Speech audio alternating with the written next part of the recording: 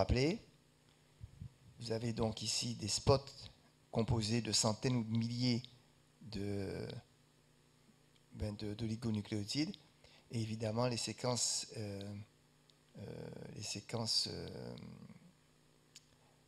complémentaires, marquées soit en rouge, soit en vert, viendront s'hybrider avec une probabilité égale s'il y a le même nombre de séquences, ou bien en moins ou en plus si le nombre de séquences varie. Ça, je pense que vous avez compris le principe. En tout cas, si vous n'avez pas compris, vous me le demandez, parce que ça, faut connaître ça pour pouvoir raisonner sur des cas cliniques. Donc voilà, des délétions, etc. Et puis voilà le dispositif avec un scanner qui va pouvoir, lui, spot par spot, pouvoir calculer donc l'intensité. Il y a une étudiante qui m'a demandé de passer au laboratoire. Si vous voulez passer, dites-le moi. Comme ça, on peut organiser une visite groupée. Je peux mieux m'organiser pour pouvoir, avec les techniciens, pour pouvoir que vous puissiez peut-être on va dire une matinée, voir un peu ce qui se passe, comment ça se passe, pour que vous puissiez voir concrètement comment tout ça fonctionne. Énorme avantage, précision, résolution, automatisation. La limite majeure, c'est qu'on voit que des déséquilibres. Mais comme en pathologie constitutionnelle, le déséquilibre, c'est quelque chose de minoritaire. Donc, c'est vraiment, je ne sais pas, il y a peut-être un cas sur 30 000 où il y a une translocation équilibrée qui s'exprime parce que ça casse dans un gène. Donc, on laisse tomber et on fait de la CGH arrêt aujourd'hui en première intention. Plus de cariotype en première intention, devant, en pathologie, devant une malformation, un retard, une insuffisance intellectuelle, ou un trouble neuropsychiatrique. Plus de cariotype. Le cariotype est conservé que pour les troubles de la reproduction, parce qu'il s'agit de translocations générales qui se transmettent dans des familles, comme on l'a vu la dernière fois. Alors, quelques situations cliniques. Ah oui, là aussi je vous rappelle ce qu'on avait vu. Voici une région que l'on étudie. Il faut savoir le type de gène qui s'y trouve, selon que les gènes soient soumis à empreinte, selon que les gènes soient sensibles au dosage génique ou pas. Gènes sensibles au dosage génique, ça veut dire que ce sont des gènes, il suffit qu'une copie soit en moins ou en plus pour que la nature de l'expression puisse changer. Vraiment, le nombre de copies, le gène est sensible au niveau d'expression. Donc on dit c'est des gènes sensibles au dosage génique. Ces gènes, donc en général, donnent des pathologies d'ordre dominante. Parce qu'ils ne sont pas sensibles, il faut que les deux soient atteints pour que vous puissiez avoir un phénotype. Donc selon cela, vous vous rappelez, on a vu que ici, une délétion ne donnait rien. S'il y avait un phénotype moins 2, c'est qu'il y avait sur l'autre allèle, en fait, une mutation, donc ça démasquait une maladie récessive. S'il y a moins 2 ici, alors qu'il y a une délétion là, alors que c'est un gène qui n'est pas sensible au dosage génique, ça veut dire qu'ici, il y a un problème. C'est qu'il n'y a pas de 2 du tout. Voilà. Si ici, vous avez une délétion, eh c'est parce que ça atteint l'allèle parental qui s'exprime que vous allez avoir la délétion. C'est un gène soumis à empreinte. Ici, vous avez 2 gènes sensibles au dosage génique qui sont délétés, 4 et 5, donc délétion avec phénotype lié à moins 4 et moins 5.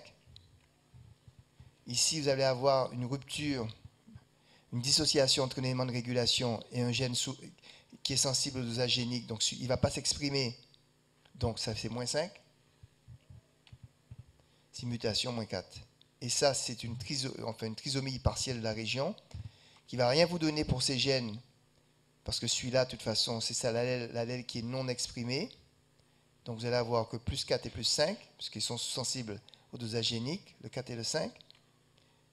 Et s'il s'agit d'une duplication de l'allèle où 1 est exprimé, vous allez avoir plus 1, plus 4 et plus 5. D'accord? Ouais.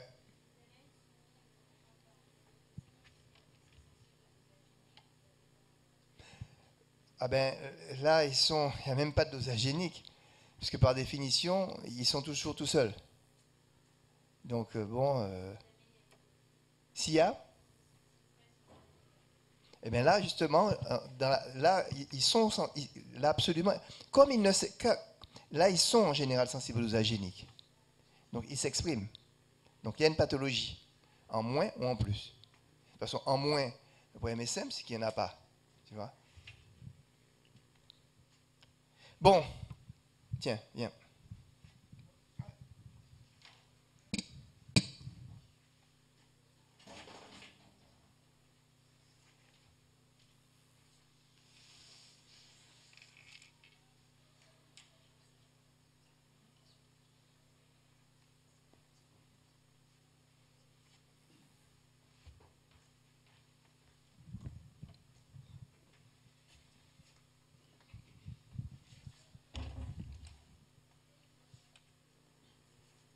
Alors,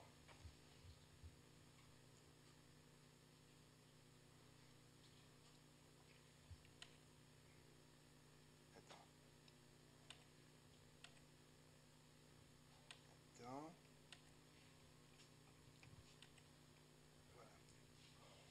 attends. Celui-ci. Ouais, vas-y, tu lis. Examen phytopathologie, Ouais. biométrie supérieure aux normes avec viscéromégalie, dysmorphie, oreille bas implantée, nez petit, bouche petite, entrouverte avec interposition de la langue, des pieds en talus valgus, examen viscéral, le rein gauche avec dilatation calicielle, et Concalleux. C'est concal... concalleux. Ok. Concalus épais et court. Concalleux. Le concalleux, c'est une substance, c'est la substance blanche qui est formée de fibres qui relient les deux hémisphères. Ça s'appelle le concalleux. Peu importe. Donc ça, on fait une CGHRI. On a ça. Voilà, voilà le genre de situation. Il y a un fœtus, il a été interrompu, et on nous envoie une CGHRI. On nous envoie d'ADN. Nous, on fait la CGHRI, et on trouve ça. Vas-y, interprète-moi ça. Et si tu t'arrives pas, tu te demandes... Vas-y, non, mais simplement, tu dis qu'est-ce que tu vois. C'est un chromosome 8 qui est représenté. D'accord? Alors, je vais vous donner quelques... Alors, vous voyez que ici, c'est 0. Ça, c'est ici plus 1. Ça, c'est moins 1. Là, vous avez la valeur de chaque spot du chromosome 8. Les spots là qui sont fixés sur les lames, l'appareil sait qu'un spot du 8, enfin bref, il est capable de retrouver les coordonnées de chacun des spots sur la lame. Et il affiche la valeur du ratio entre le vert et le rouge. Ce qui est la valeur, lorsqu'elle est au-dessus de 0, il la met en bleu. Au-dessous de 0, il la met en rouge. Donc là on considère que c'est normal. En plus, il y a des limites. Une délétion, il faut aller à moins 1, et une duplication, il faut aller à au moins 0,5. D'accord? Bien. Donc, qu'est-ce que tu déduis? Qu'est-ce que tu vois d'anormal là-dedans?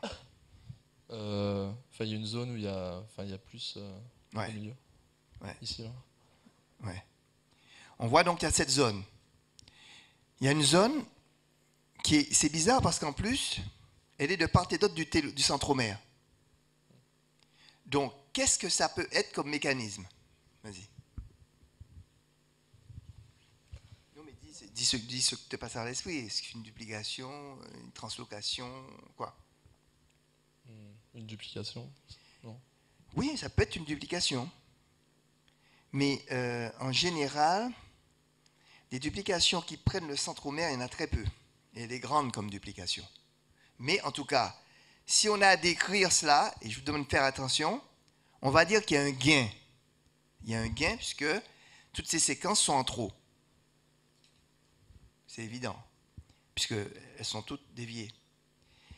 Et c'est pour ça qu'il faut absolument faire de l'hybridation in situ.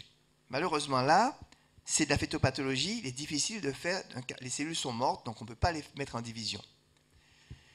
Donc, on a fait l'hypothèse, en fait, que c'était un anneau du 8. Vous savez, les petites structures, vous avez des cassures et les brins se recollent avec un centromère. Et donc, on a pris une somme centromérique qu'on a mise en vert. Qu'est-ce que tu vois? Combien de verts? Il y en a plus à droite. Non, mais compte. Là, il y en a, Il y en a combien de vers là? il y en a 5. De vers?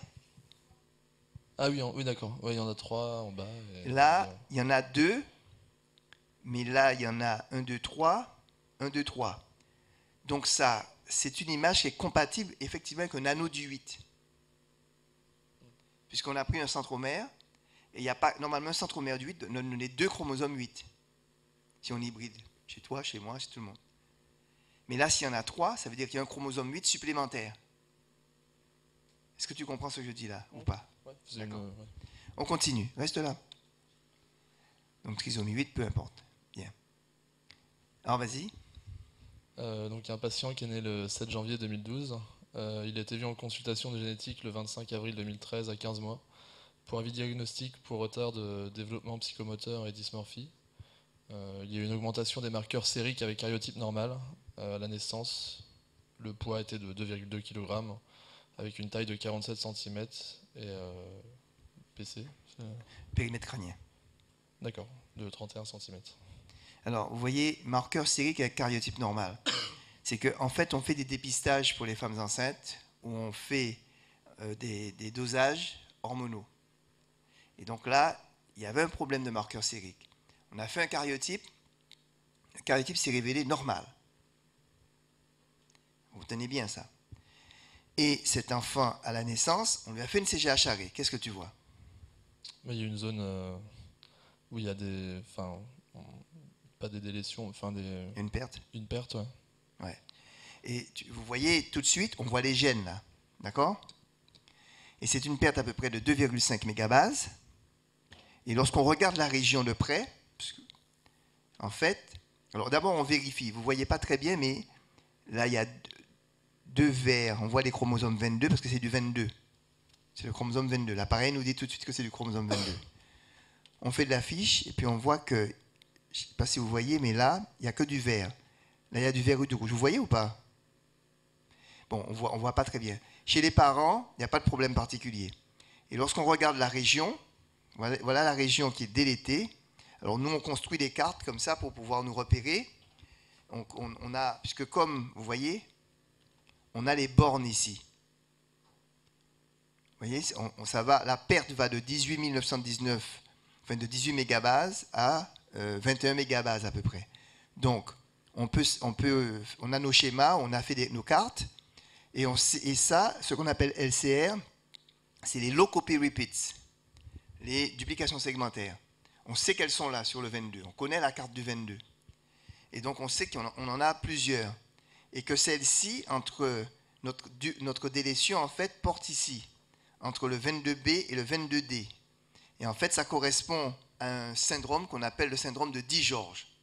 C'est un syndrome qui est récurrent. Regardez bien. Pourquoi il est récurrent, ce syndrome? Qu'est-ce qui est dans la structure ici du chromosome 22, où se trouvent les bornes de la délétion? Tu vois, elle fait 2,5 à 3 mégabases. Qu'est-ce qui fait que cette délétion va être récurrente? Si ce n'est pas, dites-lui. Voilà.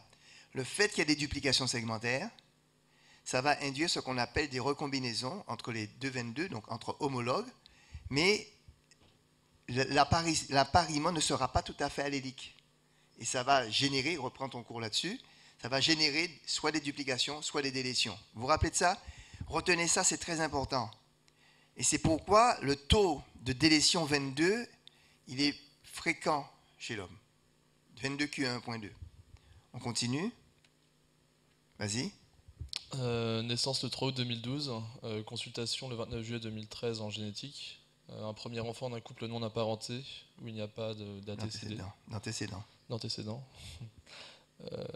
Une grossesse avec une diminution des mouvements actifs à 8 mois, notion d'amnios. Je me suis trompé, c'est anamnios. Anamnios. Ouais. C'est-à-dire qu'il n'y a pas le liquide, il n'y a pratiquement pas de liquide. Et un accouchement à 40 semaines. Oui, d'aménorrhée. Ouais. Eutrophique, ça veut dire que le poids taille PC normal. D'accord. C'est ça que ça veut dire eutrophique. Bon, enfin bref, voilà ce qu'on trouve. Vas-y, on trouve cela, voilà exactement ce qu'on trouve. Comment vous interprétez ça? chacun de ce que peut vous poser.